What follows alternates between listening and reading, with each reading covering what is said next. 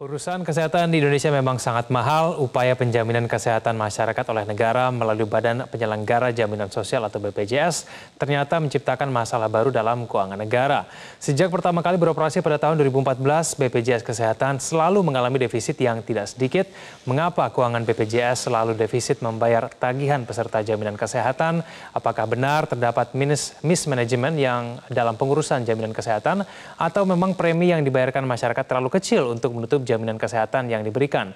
Adakah faktor lainnya yang kemudian menyebabkan BPJS selalu defisit? Kita akan membahasnya bersama dengan Bapak Iqbal Ma'ruf selaku Kepala Humas BPJS. Pak Iqbal, selamat pagi. Terima kasih telah bersama kami di Metro Pagi Prime Time. Dan juga ada Bapak Timbul Siregar dari BPJS Watch. Pak Timbul, selamat pagi. Selamat pagi. Saya mungkin kepada Pak Iqbal dulu, kalau berdasarkan informasi bahwa defisitnya pada saat ini mencapai 16,5 triliun ya, kurang lebih ya Pak Iqbal ya. Ini berasal dari 6 tahun lalu, tahun ini 12 triliun. Nah, ini kemudian bisa dijelaskan kenapa kemudian angka defisit bisa mencapai 16,5 triliun, Pak Iqbal?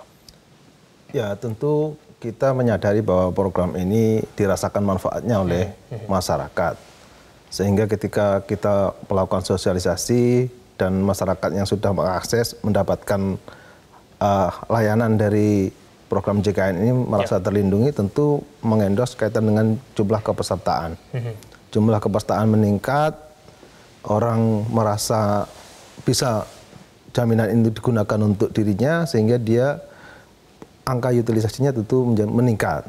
Nah, sebetulnya hal terbesar yang menjadi penyebab kaitan dengan ketidakcukupan anggaran kaitan dengan biaya kesehatan ini karena memang setting iuran yang memang tidak sepadan dengan biaya manfaat yang dikeluarkan. Nah, di 2016 sebetulnya kita sudah menghitung biaya per orang per jiwa dibandingkan iuran yang terkumpulkan. Artinya di sana ada disparitas sekitar 2.000-an. Di 2017 angkanya meningkat menjadi sekitar 5.000 per orang per jiwa. Jadi kalau itu dikalikan jumlah kepesertaan, real angkanya yang 5.000 itu akan menekan memang belum cukup untuk membiayai ini. Pak Iqbal, tapi kalau mengenai manajemen atau pengelolaan dari BPJS Kesehatan sendiri, apakah sudah efisien dan juga efektif, Pak? Sehingga kemudian bisa betul-betul paling tidak bisa menutup semua pengeluaran yang mungkin tidak diperlukan. Ya, artinya penyelenggaraan program ini kan tidak lepas dari audit ya. Apakah audit internal atau audit eksternal. Nah, kita menyadari kalau nanti ada pernyataan mismanagement, tentu tidak. Kalau mismanagement sudah tutup dari kemarin harusnya. Tetapi kaitan dengan efisiensi operasional di kami tentu kami melakukan. Termasuk misalkan tenaga tidak kita tambah lagi, artinya zero growth, bisa jadi negatif growth karena ada yang pensiun dan yang lain. Kaitan dengan penyelenggaraan program, hal-hal yang tidak berkaitan langsung dengan program JKN ini kita minimalisasi atau kita hilangkan. Baik, saya ke Pak Timbul, catatan dari BPJS Watch seperti apa untuk defisit BPJS Kesehatan ini? Ya, terima kasih. Jadi memang defisit ini setiap tahun terjadilah dan memang angkanya terus meningkat. Jadi kalau kita bandingkan tahun 2018 ini dengan tahun-tahun sebelumnya, tahun 2018 ini ngomongin defisit tuh heboh dibandingkan tahun-tahun 2014, 15, 16, 17. Saya coba cari tahu kenapa nih agak heboh nih. Dan memang ini disebabkan oleh pertama angkanya memang tinggi nih. Jadi sejak awal memang sudah defisit ya? 16,5 triliun. Jadi 12,1 triliun di tahun 2018 dan beban defisit 2017 yang 4,4 itu terbawa sekarang. Jadi 16.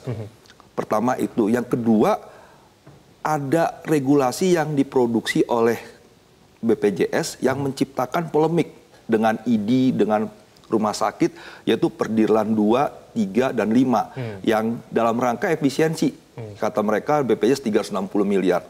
Dan juga ada misalnya obat Trastuzumab yang tidak lagi di-cover dalam rangka untuk mengatasi defisit.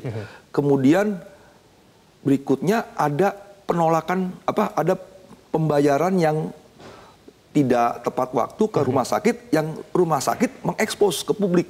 Jadi kami tidak dapat bayaran sejak ini dan nah ini yang akhirnya membuat heboh. Nah, ini kan menimbulkan kekhawatiran. Nah, jadi memang sebenarnya ini sudah setiap tahun terjadi. Nah, sekarang bagaimana proses ini terjadi? Ya karena memang inputnya, yaitu yang sumber utamanya dari iuran, itu tidak mampu membiayai pelayanan beban biaya yang 4 nih. Ada 4 beban biaya. 1 inasi bijis, 2 kapitasi, ketiga preventif promotif, dan yang keempat dana operasional BPJS. Nah, kenapa iuran ini tidak mampu? Ya karena tadi banyak faktor. 1, iurannya tidak naik. Yang harusnya naik setiap paling tidak 2 tahun sekali. Ini seperti Pak Iqbal yang tadi, iuran terlalu kecil ya. Ada istilahnya mismatch lah gitu nanti ya. Nah, yang berikutnya juga ada tunggakan yang belum tertagih karena ketidakdisiplinan Pemda, perusahaan swasta, peserta mandiri. Nah, ketiga juga ada proses dari sisi ini, input dari sisi pembiayaan, ada rujukan yang naik. Jadi 2017 saya lihat rujukan rata-rata nasional itu 12,5. Sekarang 15,6. Jadi naik. Dengan naiknya rujukan, inasi bijisnya tinggi. Nah, ini yang akhirnya menyebabkan defisit terjadi lebih besar. Berarti ada banyak faktor kemudian yang menyebabkan defisit BPJS Kesehatan. Kita akan bahas kemudian bagaimana solusinya ke depan, upaya apa yang telah dilakukan supaya kemudian menemukan solusi jangka panjang, tidak kemudian jangka pendek. Kita akan bahas. Kita akan bahas di segmen selanjutnya. Pemirsa yang kemana-mana, Metro Pagi Pranata akan segera kembali. Pemirsa, kembali kita lanjutkan dialog kita. Saya ke Pak Iqbal kembali. Pak Iqbal, kan ini sudah ada paling tidak bauran kebijakan begitu ya yang disampaikan pemerintah untuk kemudian mengatasi mengenai defisit BPJS Kesehatan. Nah, ini apakah bauran kebijakan ini sudah cukup? Kurangnya berapa sebetulnya kalau misalnya tidak cukup? Mungkin bisa dijabarkan secara detail. Artinya penyusunan bauran kebijakan itu sudah di akhir 2017 sebetulnya. Yang paling penting sebetulnya eksekusinya. Kaitan dengan misalkan yang lagi adu pajak rokok ini. Jadi kalau diestimasi 1,1 triliun misalkan. Dari pajak 1,1 ya? Itu hitungannya dari Januari, Pak. Tapi kalau eksekusinya di Oktober, berlakunya Oktober, tentu akan beda yang didapatkan. Nggak sampai 1,1. Iya. Yang kedua yang kaitan misalkan dari BPJS sendiri untuk mengendalikan biaya, tentu kita sudah membahas kaitan dengan analisis data kita. Terjadi hal-hal yang memang harus diperbaiki kaitan dengan layanan misalkan dari katarak, bayi lahir sehat, dan rehab medik. Itu bagian dari kesepakatan RTM untuk ditindaklanjuti oleh BPJS Kesehatan. Tidak semata karena efisiensi sebetulnya, karena datanya memang nampak bahwa ada hal-hal yang sebetulnya lebih fundamental dari yang harus dijamin dalam program ini. Saya pertegas Pak Iqbal, berarti dengan dalam rangka kemudian efisiensi yang kemudian akan dilakukan oleh BPJS Kesehatan, ini tidak akan berpengaruh terhadap pelayanan kesehatan peserta? Tentu tidak akan berpengaruh, kami tegaskan itu tidak berpengaruh. Karena peserta masih merasa nyaman begitu dengan betul. Karena kita tidak mengurangi, Pak. Kita menata kaitan dengan layanan kesehatan, juga hal yang lain misalkan kita dengan rujukan berbasis kompetensi dan mempertimbangkan jarak antara peserta dengan fasilitas kesehatan. Itu bagian sebetulnya untuk mengatur supaya pembiayaan ini lebih efisien. Di negara kita ini kan klasifikasi rumah sakit sangat ada D, C, B, A, sementara tarif juga mengikuti. Semakin tinggi kelasnya, semakin tinggi kaitan tarif yang harus dibayarkan. Nah, hal-hal yang seperti ini sebetulnya kita memaksimalkan atau mengoptimalkan dalam bahasa kita, artinya fungsi gatekeeper di vaskes primer menangani hal-hal yang memang non spesialistik.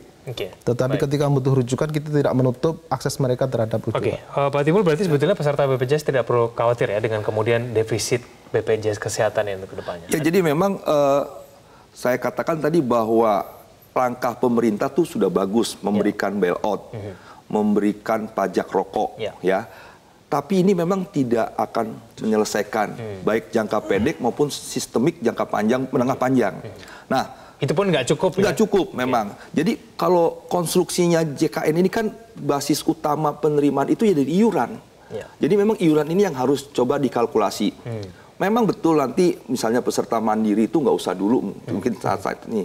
Tapi bagaimana nanti PBI ya, yang memang ini juga akan satu dari sisi jumlahnya besar. PBI nasional itu kan 92,4. PBI ini penerima bantuan iuran. Itu dari APBN 92,4. Yang nanti di tahun 2019 akan naik jadi 96,8. Jadi naik 4,4 juta. Nah, PBI Jamkesda itu sekitar 15 juta. Jadi ada sekitar 107 juta. Kalau ini dinaikkan itu signifikan meningkatkan iuran karena jumlahnya besar 107. Nah, tapi ini memang sampai sekarang belum ada pilihan ke sini. Memang seperti Menkeu bilang tadi, selain kita kasih bailout, kita kasih pajak rokok, Harus ada efisiensi.